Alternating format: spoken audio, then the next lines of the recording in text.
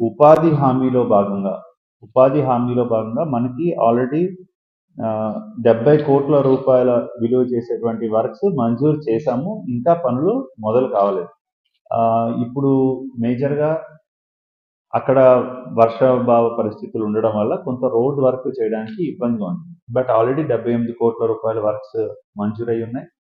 అదేవిధంగా ఆర్టికల్ 275 కింద మంజూరైన వర్క్స్ 1,40,00,000 ఉంది. నాబార్డ్ కింద బీటీ రోడ్స్ కింద 11,25,00,000 రూపాయల వర్క్స్ ఉన్నాయి. ఈఐలో భాగంగా 45 వర్క్స్ 52 కోట్ల రూపాయల వర్క్స్ మంజూరై ఉన్నాయి. ఈఐ మ్యాచింగ్ మెషిన్ కటింగ్ కింద 38 కోట్ల రూపాయల వర్క్స్ మనకి మంజూరై ఉన్నాయి. So even tribal for engineering పరంగా ఇంచుమించుగా 414 కోట్ల రూపాయల వర్క్స్ గతంలో శాంక్షన్ చేసిన వర్క్స్ ఉన్నాయి.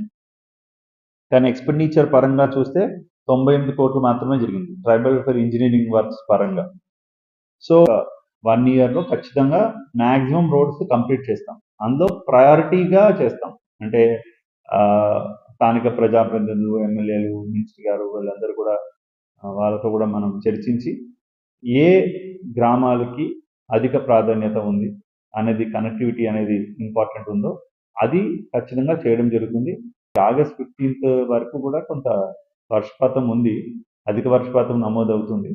కొంతకాలం తర్వాత మనం ఇవి వర్క్స్ టేకప్ చేయాలి. శాంక్షన్ వర్క్స్ అవ్వాలి. ఇప్పుడు నాకేంటంటే ఎక్స్పెండిచర్ ఎక్కువగా చేయడం అనేది నా ప్రాధాన్యత.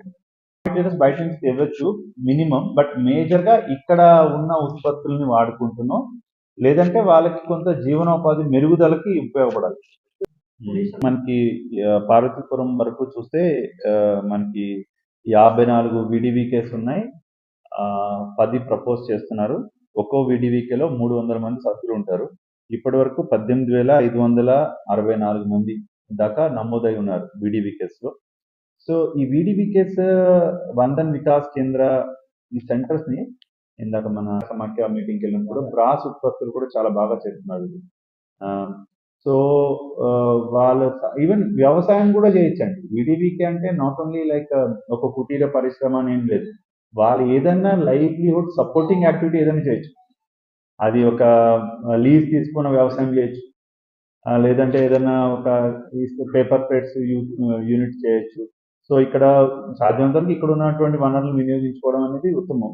కొన్ని సందర్భాల్లో మనం బయట వనరులు తీసుకొచ్చుకున్నా కూడా మొత్తం మీద వాళ్ళ యొక్క తలసరి ఆదాయం పెరగాలి. అల్టిమేట్ ఉద్దేశం అంటే తలసరి ఆదాయం పెరగాలి, వాళ్ళ పిల్లలు చక్కగా చదివించుకోవాలి, అండ్ ఉన్నటువంటి ఎకనామిక్ ఇంప్రూవ్మెంట్ అనేది వాళ్ళ ఫ్యామిలీస్లో కనబడే విధంగా చూసుకోవాలి. అది మన ఆబ్జెక్టివ్ అంతే. మిగతావన్నీ కూడా ప్రాసెస్ మాత్రమే ఉంటుంది. సో వాటి మీద కూడా దృష్టి పెట్టడం జరుగుతుంది. జిల్లా ఆస్పిరేషనల్ డిస్ట్రిక్ట్లో భాగంగా ఆస్పిరేషనల్ డిస్ట్రిక్ట్ ప్రోగ్రాంలో భాగంగా మనకు 2 కోట్లు మంజూరైంది. దాంట్లో మనం 1,64,00,000 రూపాయల వరకు ఖర్చు పెట్టాం. ఇంచుమించుగా 168 గ్రామాల్లో, మేబీ పంచాయత్ సచివాలయం హెడ్ క్వార్టర్స్లో ఈ యొక్క డిజిటల్ లైబ్రరీ అనే కాన్సెప్ట్లో భాగంగా ఒక ర్యాక్ పెట్టి అందులో కాంపిటీషన్ ఎగ్జామ్స్ బుక్స్ పెట్టారు. అండ్ ఎవరన్నా వచ్చి ఆ పుస్తకాన్ని కొనుక్కొని చదువుకోవచ్చు. అంటే కొనుక్కొని కాదు, తీసుకొని తీసుకొని వెళ్ళి ఇంటి దగ్గర చదువుకోవచ్చు. సో దీన్ని కొంత అప్గ్రేడ్ చేసి, నా ఉద్దేశం ఏంటంటే లైబ్రరీస్ అంటే మేము ఈరోజు ఈ స్థితిలో ఉన్నామంటే కూడా చిన్నప్పుడు మా ఊర్లో నేను లైబ్రరీని ఎక్కువగా వాడుకున్నాను. ఎందుకంటే పుస్తకాలు కొనుక్కునే స్థితిలో కూడా లేవు. సో అప్పుడు మనం లైబ్రరీ మీద ఎక్కువగా డిపెండ్ అయ్యే అక్కడికి వెళ్ళి చదువుకొని ఆ యొక్క మోటివేషన్, అక్కడ ఉన్న 2-3 వారితో పరిచయం అయ్యి ఇలా మనం దాని మీద ఆధారపడే కాంపిటీషన్ ఎగ్జామ్స్ సాధించడం జరిగింది. సో లైబ్రరీ నా ఉద్దేశం ఏంటంటే, ఇప్పుడు నేను ఒక విలేజ్కి వెళ్ళాను, బర్లీ. సో బర్లీ ఆ విలేజ్లో ఊర్లో సెంటర్ పక్కనే ఒక చిన్న గ్రంథాలయం ఉంది. అంటే అందులో ఓన్లీ పేపర్ ఒకటే వస్తుంది. సో మేము దాంట్లోనే అంటే ఊర్లో ఒక ఖాళీగా ఉన్నటువంటి, లేదంటే వెసులుబాటు ఉన్నటువంటి ఒక ఖాళీ బిల్డింగ్ తీసుకొని అందులో ఫర్నిచర్ ఉంటే ఓకే, లేదా ఫర్నిచర్ కూడా ఇస్తాము. అండ్ ఇక్కడ బుక్స్ పెడతాము, లైట్ ఉంటుంది, ఫ్యాన్ ఉంటుంది. సో పిల్లలు వచ్చి చదువుకోవచ్చు. బుక్స్ ఎవరన్నా వచ్చి చదువుకొని అక్కడ ర్యాంక్ తెచ్చుకోవాలనేది మా ఉద్దేశం. అక్కడ ఒక నోటీస్ బోర్డు కూడా పెడతాము, లేదా వీళ్ళలో వాట్సాప్ గ్రూప్ అన్న క్రియేట్ చేసి వాళ్ళకి ఎప్పుడెప్పుడు పరీక్షలకు సంబంధించిన నోటిఫికేషన్ ఏమేమి పడుతున్నాయి, ఆ నోటిఫికేషన్ సంబంధించిన వివరాలు కూడా వాళ్ళకి ఎప్పటికప్పుడు తెలియజేస్తూ ఉంటాం అన్నమాట. అండ్ కొన్ని పెద్ద ఊర్లలో మేము అక్కడ ఇంటర్నెట్ సదుపాయం కూడా పెడతాం. కంప్యూటర్, ఇంటర్నెట్ కూడా పెడతాము. అండ్ బేసిక్ ఛార్జ్ మేబీ 1 అవర్‌కి ఎంతన్నా బేసిక్ ఛార్జ్ అయితే తీసుకోవడం జరుగుతుంది. ఫ్రీగా బేసిక్ ఛార్జ్ కలెక్ట్ చేసి ఇంటర్నెట్ కూడా 1, 2 సెంటర్స్ మోడల్‌గా చేస్తాం. దీన్ని మోస్ట్‌లీ మేము గ్రామ విజ్ఞాన వికాస్ కేంద్రాలని పేరు పెడతామని అనుకుంటున్నాం. గ్రామ విజ్ఞాన వికాస్ కేంద్రాలని. లేదంటే ట్రైబల్ ఏరియాస్‌లో ఉంటే గిరిజన విజ్ఞాన వికాస్ కేంద్రం అని పేరు. సో ఇది వి థాట్ లైక్ ఉన్న 40 లక్షలు ఆల్రెడీ అయిపోయింది. ఇంకా మిగిలిన 40 లక్షల్లో ఒక కొన్ని సెంటర్స్‌ని కొంచెం ఈ రకంగా రూపుదిద్దడానికి మేము ప్లాన్ చేస్తున్నాం. ఈ పాచిపేట అంటే ముఖ్యంగా ఈ కురుపాం అటువైపు ఏరియాస్‌లో గిరిజన ప్రాంతాల్లో కొంత నీటి సదుపాయం అయితే ఉంది గానీ కొంత వాళ్ళ అవసరాలకు సరిపడగా మేము ఇవ్వలేకపోతున్నట్టుగా కొన్ని కంప్లైంట్లు వస్తున్నాయి.